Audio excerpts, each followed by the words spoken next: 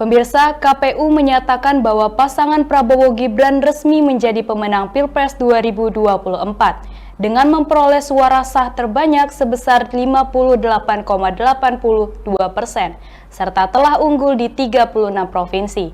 Hal ini pun menimbulkan banyak respon dari masyarakat. Hasil rekapitulasi suara Pilpres 2024 menegaskan kemenangan pasangan Prabowo Gibran dengan dukungan terbanyak dari 36 provinsi. Anies Muhaimin berada di urutan kedua dengan dukungan dari 2 provinsi, sementara Ganjar Mahfud tidak memenangkan satupun dari provinsi yang ada. Masa protes terhadap hasil rekapitulasi suara Pilpres 2024 pun telah terjadi di depan gerbang KPU. Meski demikian, aksi protes ini tidak sempat membesar dan dalam waktu singkat suasana kembali kondusif. Setelah ditetapkan sebagai presiden terpilih, Prabowo Subianto menyampaikan pidato kemenangannya, berterima kasih kepada rakyat Indonesia dan menjanjikan akan membangun Indonesia yang lebih maju, sejahtera, dan bermartabat dengan mengutamakan kepentingan rakyat serta memimpin dengan adil tanpa membeda-bedakan. Sementara, di sisi lain, Capres nomor urut 1, Anies Baswedan, mengajukan laporan ke Mahkamah Konstitusi terkait dugaan pelanggaran dalam penghitungan suara. Dalam laporannya, Anies menyertakan sejumlah bukti berupa dokumen, kesaksian, dan data statistik yang mengindikasikan adanya manipulasi hasil Pilpres. Keputusan ini pun akhirnya menimbulkan beragam respon dari masyarakat, khususnya warga Pasar Minggu, Jakarta Selatan. Ya, tanggapan saya ya, itu salah satu tugas konstitusi yang memang sudah dijalankan oleh penyelenggara pemilu ya. Dan menurut saya itu adalah satu proses yang sudah dilewati pada tahapan pemilu. Dan ya itu baik ya, ya tinggal bagaimana proses kedepannya itu kan tinggal dilewati saja kalau misalnya ada ada hal-hal yang digugat atau lain sebagainya, kan tahapannya sudah ada lewat Mahkamah Konstitusi dan lain-lain.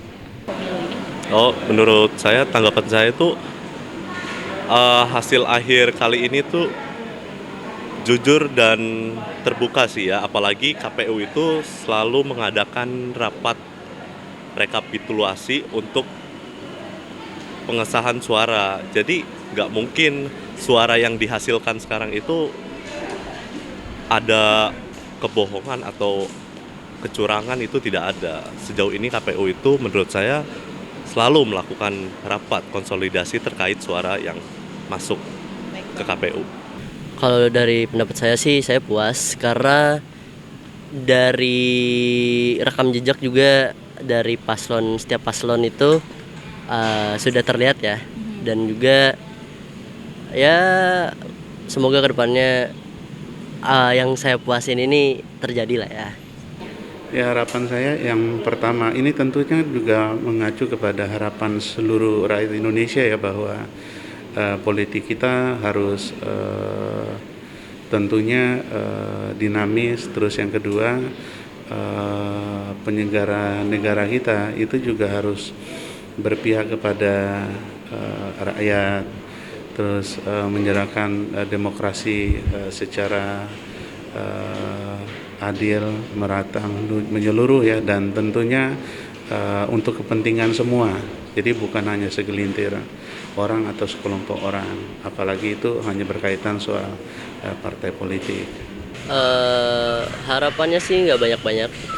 Yang pastinya apa yang mereka janjikan kepada masyarakat di Indonesia dan apa yang mereka sampaikan di hadapan kita semua, itu semua bisa terpenuhi, bisa terlaksana, biar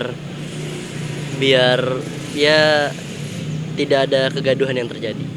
Ya, harapan saya yang pertama mengacu pada janji-janji politik yang sudah sampaikan waktu kampanye kemarin, yaitu harus bisa diwujudkan atau direalisasi, karena setiap pemimpin tuh yang dilihat omongannya atau janjinya, seperti itu. Yang kedua, ya tentu harus ada satu terobosan baru dalam konteks baik itu politik, ekonomi, maupun bagaimana menciptakan kesejahteraan. Jadi kalau misalnya periode sebelumnya dinilai tidak atau belum memenuhi apa yang harapkan dari rakyat, setidaknya pemimpin baru bisa mewujudkan itu dengan baik. Baik, Ya. terima kasih banyak Sama-sama. Bapak atas jawabannya. Terima kasih. Sama-sama. Balik ke konteks awal tadi, yang pastinya mulai dikerjakan apa yang mereka sudah janjikan, dan juga mereka harus membuat sesuatu yang dimana kalau mereka terpilih, masyarakat itu nggak kayak nyesel gue dia milih ini gitu. Jadi kayak harus meyakinkan masyarakat untuk kedua kalinya. Caranya dukung kerja presiden itu ya kita memaksimalkan apa yang dia sistem yang dia berikan, yang dia gunakan, aturan dan regulasi itu kita harus tetapkan, harus kita jalanin sesuai dengan apa yang dia inginkan gitu. Sehingga sistem yang dia gunakan dapat berjalan dengan baik. Ya, itu dia beberapa suara dari masyarakat terkait dengan hasil rekapitulasi pemilu 2024. Pastinya ada pro dan kontra dari keputusan yang sudah ditetapkan ya. Ya, kita doakan semoga pasangan Prabowo Gibran dapat menjalankan amanah dengan baik serta menjadikan Indonesia lebih maju. Tak lupa untuk pemirsa di rumah yang sedang menjalankan ibadah puasa, tetap semangat dan semoga mendapatkan berkah serta kekuatan dalam menjalani ibadah di bulan suci ini. Sekian dari kami, terima kasih dan sampai jumpa.